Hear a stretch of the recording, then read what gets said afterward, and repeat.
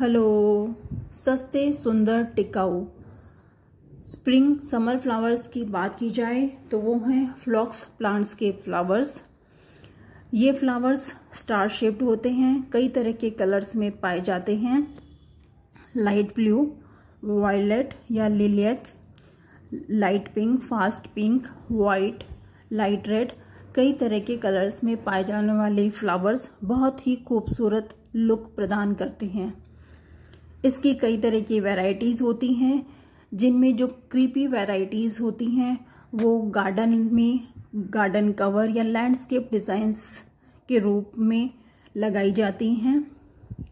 मैंने जो फ्लॉक्स प्लांट्स लगाए थे वो टॉल वैरायटी वाले गार्डन फ्लॉक्स जिन्हें बोला जाता है वो प्लांट्स हैं, और मैंने इन्हें जनवरी के स्टार्टिंग में यानी विंटर सीजन ख़त्म होने पे इन प्लांट्स को लगाया जाता है और स्प्रिंग आते आते इनमें फ्लावरिंग स्टार्ट हो जाती है और अब समर्स के आने पर इनमें सीड्स बनना शुरू हो गए हैं।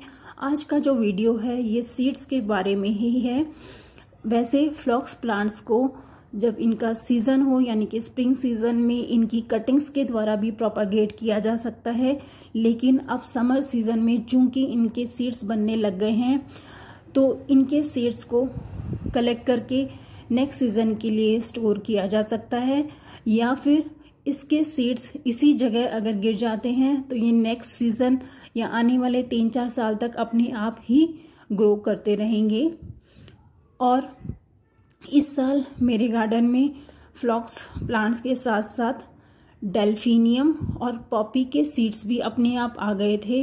ये जो कैप्सूल टाइप दिख रहे हैं ये डेल्फिनियम, और ये जो पौधा है डेल्फिनियम के कैप्सूल हैं, और पॉपी के सीड्स भी आ गए थे जो कि अब उसका तना बहुत ज़्यादा सूख चुका है, तो इनके सीड्स कलेक्ट करने हैं।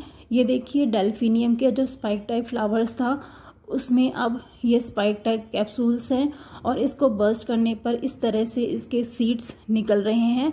इस साल तो ये गार्डन में अपने आप आया है, लेकिन अगले साल के लिए मैं इसके सीड्स के कलेक्ट करके रख रही हूँ ताकि बहुत ही सुंदर स्पाइक वाले पौधे ग्रो कर पाऊँ।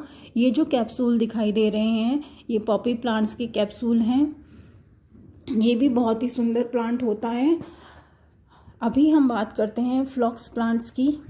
ये जो फ्लॉक्स प्लांट्स हैं ये अब समर के आते आते इनमें कई प्लांट्स में तो फ्लावर्स खिल रहे हैं और कई प्लांट्स में सीड्स बनना स्टार्ट हो गए हैं।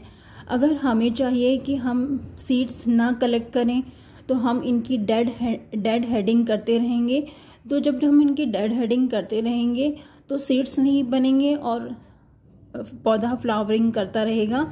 चूँकि मैं चाहती हूँ कि अगले सीज़न के लिए सीड्स कलेक्ट करने हैं, तो इन प्लांट्स के जो फ्लावर्स हैं ये ख़त्म होने के बाद देखिए इस तरह की जो कैप्सूल रूपी संरचना है इनको कलेक्ट करके इनके जो कैप्सूल हैं उनमें सीड्स हैं, तो इन कैप्सूल्स को इस तरह से बर्स्ट करने पे सीड्स निकल रहे हैं। तो सभी जो फ्लॉक्स प्लांट्स के डिफरेंट कलर्स हैं मैं उन सभी के सीड्स कलेक्ट कर रही हूँ।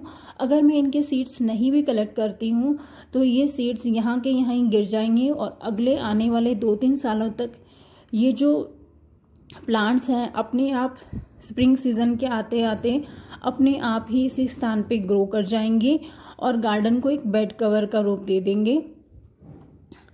मैंने इन प्लांट्स को वैसे भी रोज़ की क्यारी में लगाया था। मेरे कई रोज़ प्लांट्स बीच बीच से ख़राब हो गए थे, तो उन प्लांट्स के गैप को भरने के लिए मैंने इन फ्लॉक्स प्लांट्स को लगाया था, और अब या तो अगले सीज़न में ये अपने आप यहीं पे ग्रो कर जाएंगे या फिर मैंने इनके सीड्स भी इस तरह से कलेक्ट कर लिए हैं। ये हैं पॉपी के फ्लावर्स। पहले मुझे नहीं पता था कि पॉपी गार्डन में भी लगाया जाता है और पॉपी के फ्लावर्स इतने ज़्यादा खूबसूरत होते हैं। इस साल ये मेरे गार्डन में फ्लॉक्स प्लांट्स के सीड्स के साथ अपने आप आ गए थे, और जब इनके फ्लावर्स ब्लूम हुए तो मुझे पता लगा कि ये पॉपी के फ्लावर्स हैं। ये दिखने में बहुत ही प्यारे रेड कलर के फ्लावर्स थे। शाम होते होते तक इनकी जो ये रेड कलर की पंखुड़ियाँ हैं ये गिर जाती थी और इनके बीच में ये जो सेंटर में एक कैप्सूल की तरह की संरचना दिख रही है। पौधे के तने पर ये कैप्सूल की तरह की संरचना बच जाती थी। ये जो कैप्सूल की तरह की संरचना है, इसके अंदर इसके बीज होते हैं। जब इसका ये ढक्कन हटाया जाता है तो इससे बहुत ज़्यादा बीज निकलते हैं। अब ये पौधा पूरा ड्राई हो चुका है समर आते आते। ये देखिए, ये पूरी इसकी टहनियाँ सूख चुकी हैं और ये कैप्सूल भी सूख चुका है। जब इसका लिड इस तरह से हटाया जाता है तो इसमें से बहुत सारे सीड्स निकलते हैं। ये देखिए, तो इस तरह से इस बार तो ये गार्डन में अपने आप उगा है, लेकिन अगले बार मैं इसके इतने प्यारे रेड कलर के फ्लावर्स थे, मैं एक अलग क्यारी में या अलग प्लांटर में इन्हें ग्रो करूंगी। इस तरह से मैंने फ्लॉक्स प्लांट्स के सभी कलर्स के फ्लावर्स, और ये जो कैप्सूल हैं ये पॉपी के सीड्स हैं, सीड्स के कैप्सूल हैं। इनको मैं इनके नेक्स्ट सीजन में इन्हीं कैप्सूल्स से सीड्स निकाल लूँगी। मैंने कैप्सूल्स को ही सेव कर लिया है ताकि मुझे याद रहें और सारे सीड्स मिक्स ना हो पाएँ। इस तरह से सारे कलर्स के फ्लॉक्स प्लांट्स, डेल्फिनियम और पॉपी के सीड्स को मैंने कलेक्ट कर लिया है नेक्स्ट सीज़न के लिए। ये देखिए, इन्हें सुखा के धूप दिखा के एयरटाइट कंटेनर में सेव कर लिया है ताकि नेक्स्ट सीज़न के लिए फ्लॉक्स प्लांट्स अच्छे से ग्रो कर पाऊँ। Thank you for watching.